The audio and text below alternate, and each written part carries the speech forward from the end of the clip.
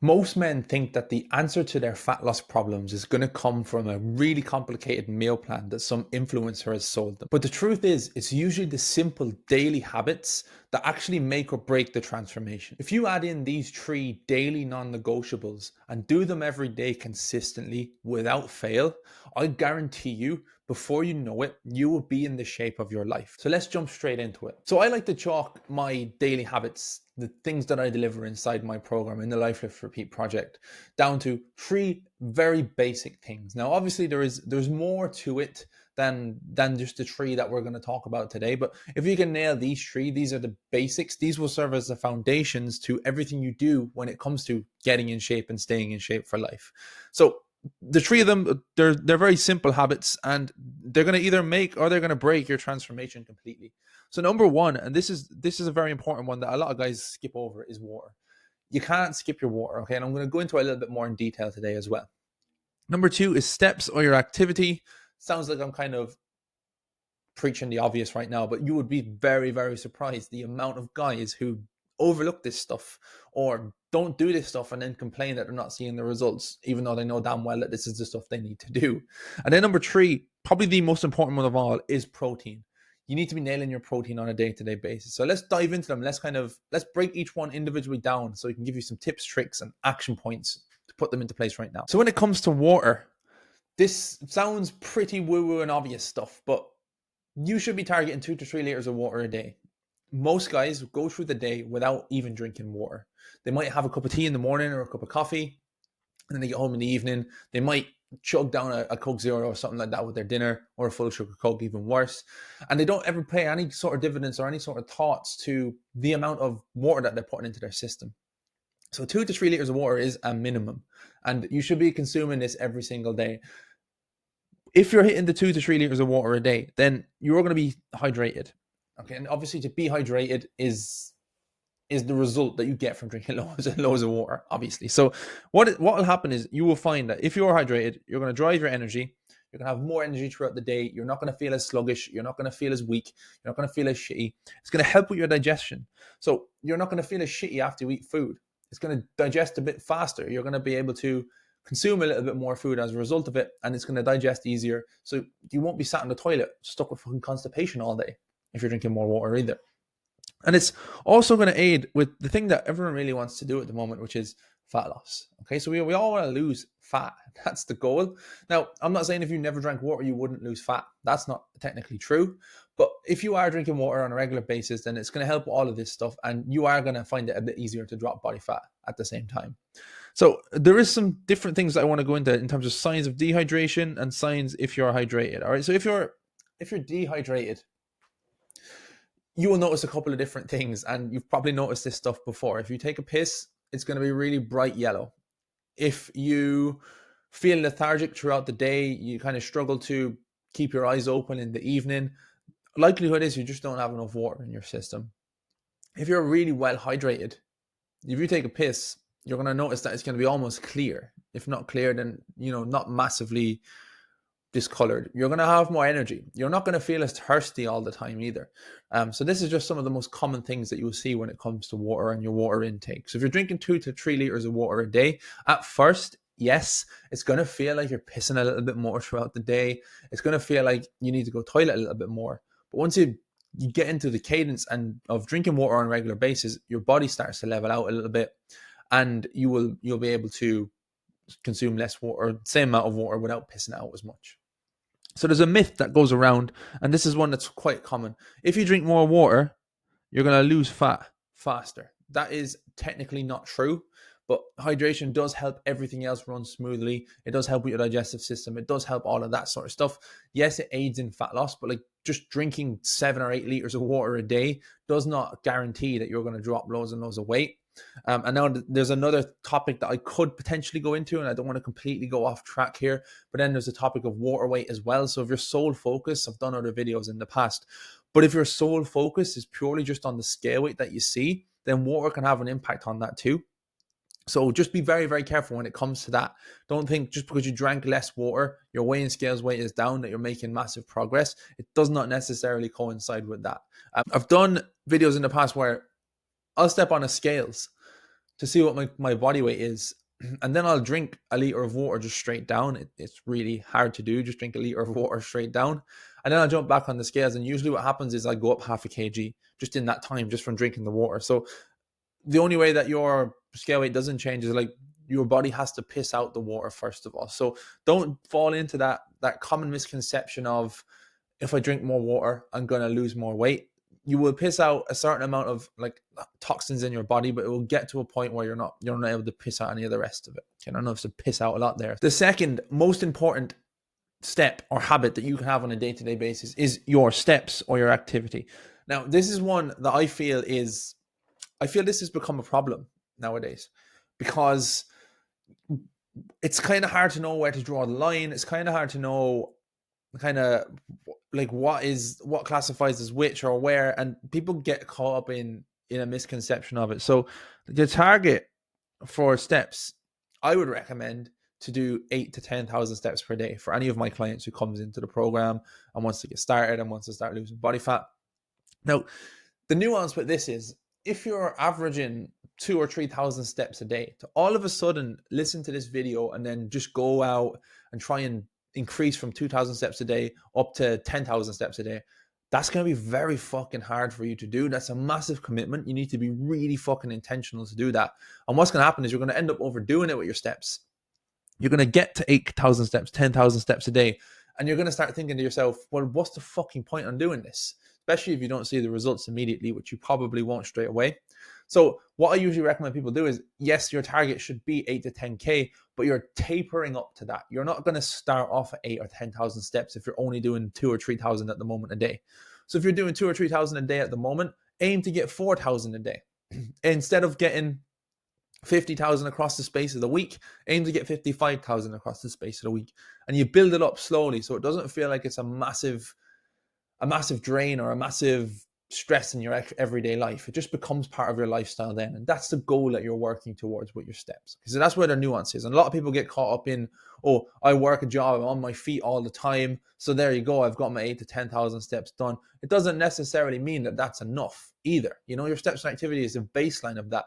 If you work a sedentary job, there's a high likelihood that you're going to have less steps, and you might need to be a little bit more intentional to get out and get your steps done.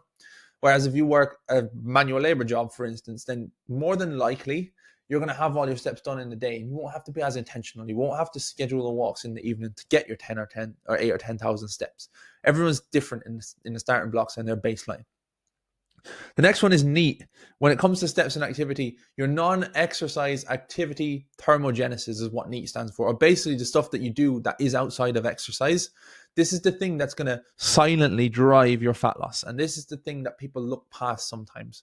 So an example of NEAT would be, maybe you're watching this as a video. Maybe you're listening to it on Spotify. I'm not 100% sure what way you consume my content right now. But right now you can see, if you're watching the video, that I'm moving my hands, that I'm kind of twitching my foot. You probably can't see that in the video. I'm doing all sorts of different things. Every so often I'll scratch my head. Every so often I'll scratch my eyebrows. And the way I just fidget in the chair there, that's NEAT. That's non-exercise activity.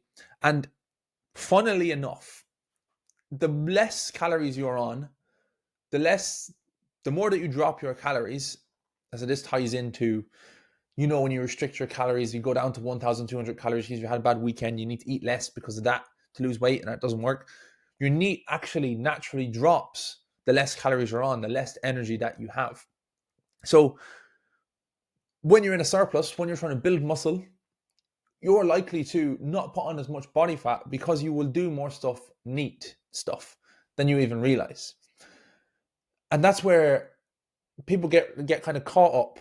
People think that if I just drop my calories really low, then I'm automatically going to lose weight. But you forget that this stuff gets sacrificed. So you're going to less likely to twitch during the day, or less likely to move if your energy levels are low. So just remember that NEAT is the thing that drives your fat loss. It's going to be the thing that gets things going in the background. I'm going to show you how you can manipulate your NEAT a little bit in a second as well.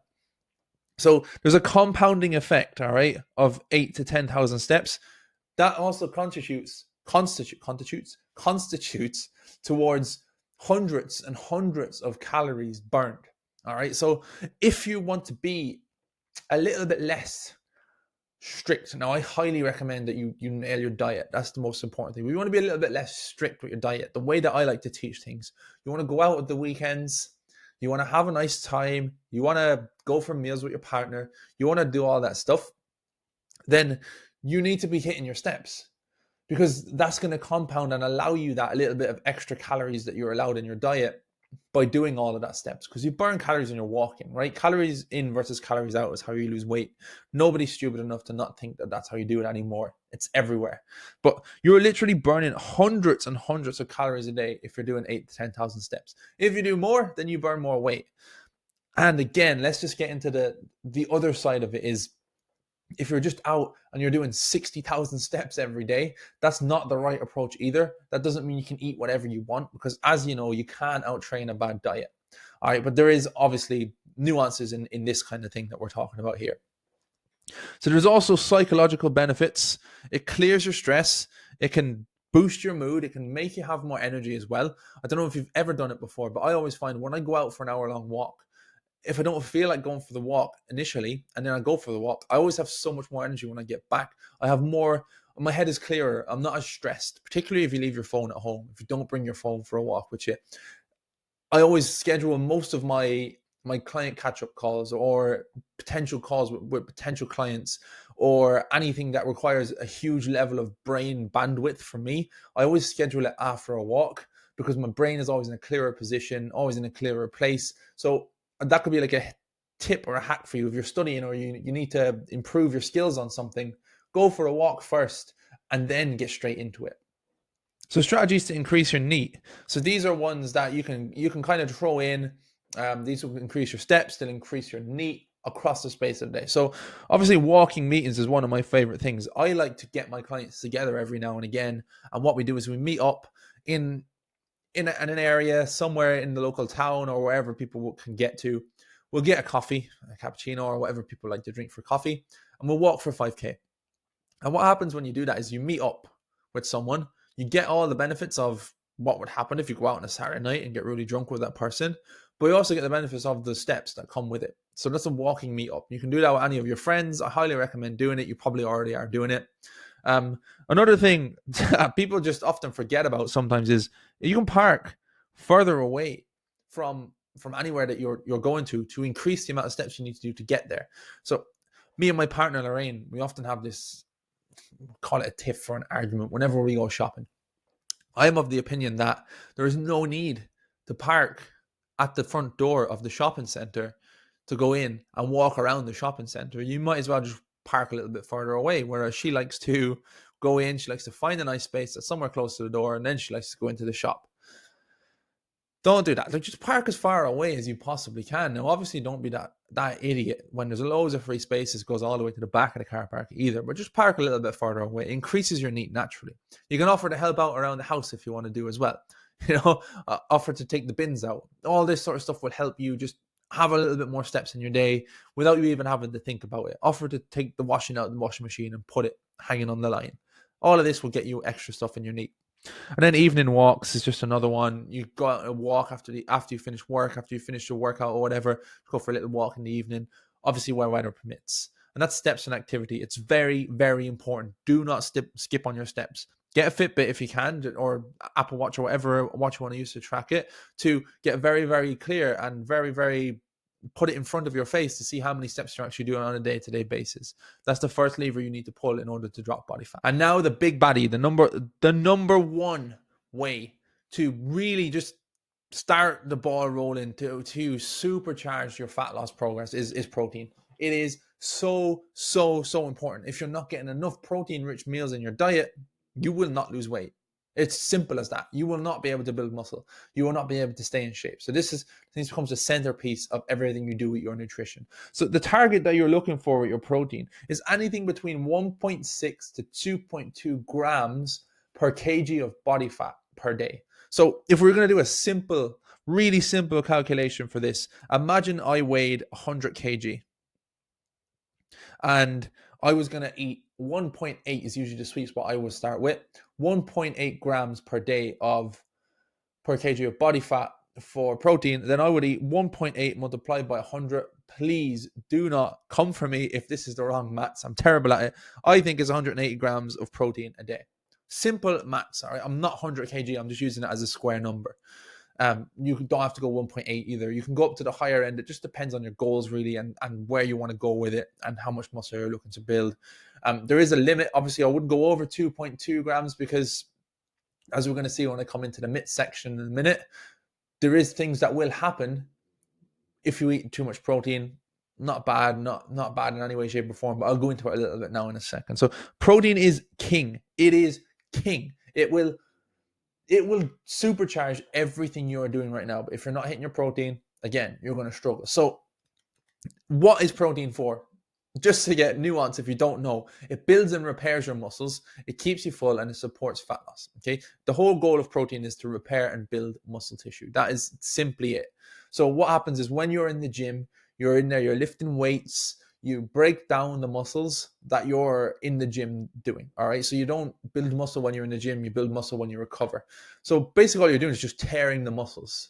Then when you go home, your muscles need to recover, and that's how they grow. When they repair themselves, they grow. Okay, simple logic, simple enough. Now, if you don't have protein, the thing that does that, you won't be able to repair your muscles. So 1, you're going to have really poor recovery from your sessions.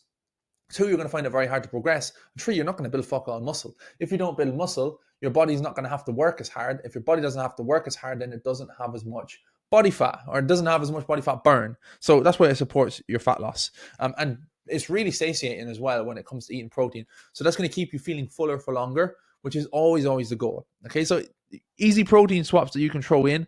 Always make sure that your snacks are high in protein. This is where people often go wrong. They think they'll have breakfast, lunch, and dinner, and that'll be enough. But then they don't have any protein-rich snacks. They just snack on fruit. They just snack on rice cakes, all this sort of shit.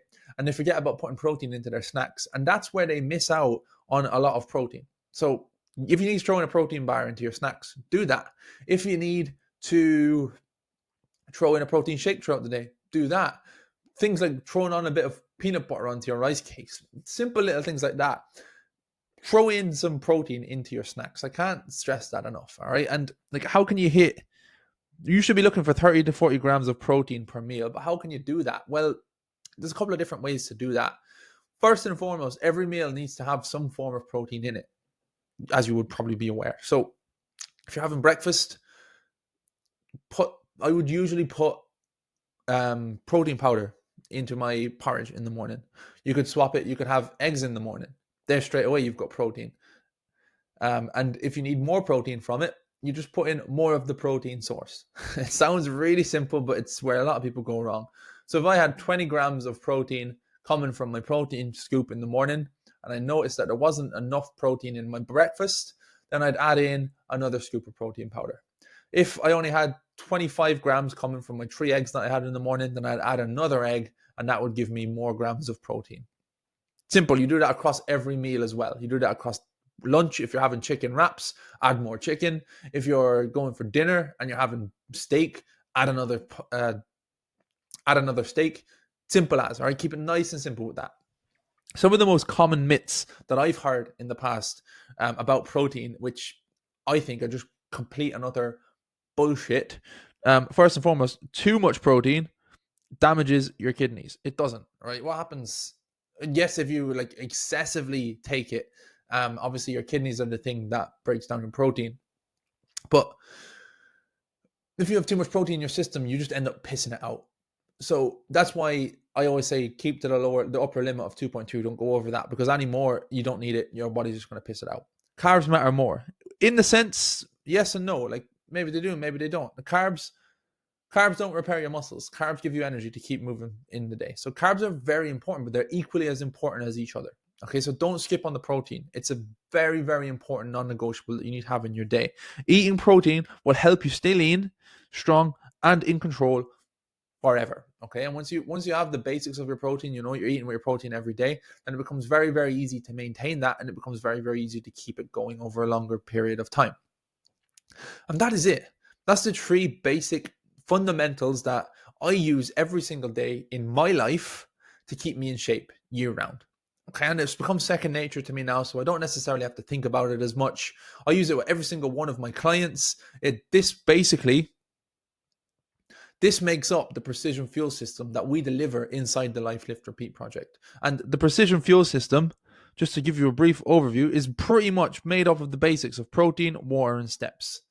Obviously, there's more to it, but the baseline, the very first level, the white belt level that we talk about inside the Life Lift Repeat project is made up of those three things. So if you can nail those three things, and you can really nail them, as in like master them, I promise you, if you do it for long enough, over a longer period of time, you will be in shape, and you will never struggle to stay in shape as a result. So add them into your habits and win at all levels, my man. I can guarantee that that's going to happen for you. So that is it. So thanks very much for listening along, and I will speak to you very, very soon.